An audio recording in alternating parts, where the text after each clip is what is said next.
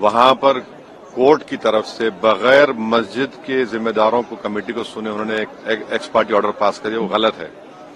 दूसरा ये है कि एक बार तो आपने गलत ऑर्डर दिया, सर्वे हो गया। दूसरा सर्वे जब किया आपने किसी को इत्तला नहीं दी। तीसरी बात यह है कि पुलिस का ये काम था कि मस्जिद कमेटी को कॉन्फिडेंस में लेते या वहां की पीस कमेटी को। चौथी बात यह है कि जो सर्वे करने लोग आ रहे हैं वो प्रोवोकेटिव स्लोगन्स लगा कर आ रहे हैं, वो वीडियो उसका है, पब्लिक डोमेन में है। और उसके बाद जो वहां पर वायलेंस हुआ जिसमें 3 मुसलमानों को गोली लगी, उनकी मौत हुई, हम इसका कंडेम करते हैं। ये फायरिंग नहीं बल्कि मर्डर है। और जब से बाबरी मस्जिद राम मंदिर का जजमेंट आया, जिस बात को मैं पर्टिकुलरली कह रहा हूं कि उस जजमेंट के बाद ये सब चीजें खुलेंगी और एक के बाद एक खुल रही हैं। एएसआई प्रोटेक्टेड मॉन्यूमेंट सब बातें कर रहे हैं, क्या एएसआई के कानून में नहीं है कि आप उसका रिलीजियस नेचर चेंज नहीं, कैरेक्टर चेंज नहीं कर सकते? किस बुनियाद पे कर रहे हैं ये? और आप किस बुनियाद पर अपने फेथ को दूसरों पे थोपेंगे? भाई कानून कोई चीज है ही नहीं है। जिस दिन कोर्ट में सुनवाई होती है उसी दिन ऑर्डर हो जाता है, उस दिन सर्वे भी हो जाता है। ये तो 1948 में ऐसे ही हुआ था बाबरी मस्जिद में। तो ये जो फायरिंग हुई है ये फायरिंग नहीं है, मर्डर है। और जो भी ऑफिसर्स इन्वॉल्व है उनको सस्पेंड करना चाहिए और एक सिटिंग हाईकोर्ट जज से उसकी इंक्वायरी होनी चाहिए। ये सरासर गलत है, जुल्म हो रहा है वहां पर। तो संभल में वहां के सांसद पे एफआईआर दर्ज कर दिया गया। आप जिस पे चाहे कर लीजिए भाई, जिस पे भी चाहे कर लीजिए।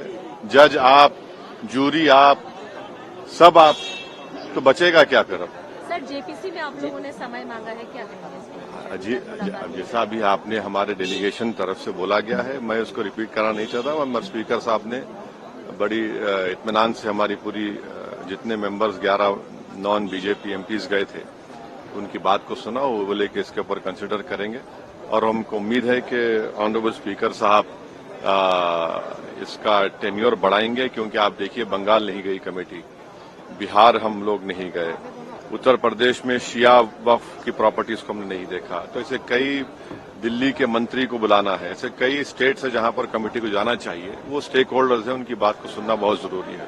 सर वक्फ बोर्ड अमेंडमेंट बिल को लेकर आप क्या सोचते हैं? क्योंकि लगातार सरकार की तरफ से यही कहा गया कि जो मुस्लिम है, जनता है, उनके हित में है, मुसलमान जो है उनकी अभी ये कानून बना नहीं। आप देख लिए संभल में क्या हो गया है। अभी ये कानून बना नहीं है। आप देख रहे हैं कि हर जगह पे बोल दिया जा रहा है कि नहीं, ये यहां पर 500 साल पहले मस्जिद नहीं थी। इस बिल में ये बिल आर्टिकल 26 का वायलेट करता है। ये संविधान के फंडामेंटल राइट का 26 का ग्रेव वायलेशन है। ये बिल कलेक्टर को इतने पावर्स दे रहा है कि कलेक्टर तय करेगा कि कौन सी वक्फ प्रॉपर्टी है नहीं है। ये कैसे होगा? कलेक्टर कैसा जज होगा अपने ही केस में? तीसरा, आप किस बुनियाद पर इस बिल में आप नॉन मुस्लिम को मेंबर बना रहे हैं? जितने धर्म की बुनियाद पर, चाहे वो हिंदू धर्म के एंडोमेंट बोर्ड्स हो, चाहे दिल्ली का एसजीपीसी हो या उसका एक्ट हो, या क्रिश्चियंस के जो भी उनके धर्म के संस्थाएं हैं, वहां पर तो कोई उसी धर्म का आदमी मेंबर बनता है। आप तो कंपलसरी स्टेट वक्फ बोर्ड में जहां पर 11 मुसलमान बनते थे वहां पर आप मेजॉरिटी नॉन मुस्लिम बनाना चाह रहे हैं। सेंट्रल वक्फ काउंसिल में मेजॉरिटी ऑफ नॉन मुस्लिम बनाना चाह रहे हैं।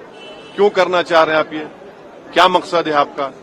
कलेक्टर को इतना पावर दे रहे हैं। तो ये आर्टिकल 26 का ग्रेव वायलेशन है और इसीलिए वक्फ को बचाने के लिए नहीं लाया जा रहा है। ये वक्फ को खत्म करने के लिए, और वक्फ बोर्ड को सिर्फ एक पोस्ट ऑफिस बना के रखना चाह रहे हैं। तो जो वक्फ की प्रॉपर्टी है वो गवर्नमेंट की दी भी नहीं है, इसको मुसलमानों की गाड़े खून की कमाई है, तो आप उसको छीनना चाह रहे हैं। और उतना ही मकसद है सरकार का। आप देख रहे हैं संभल में क्या हो रहा है। ऐसे ही और वाकयात होते रहेंगे।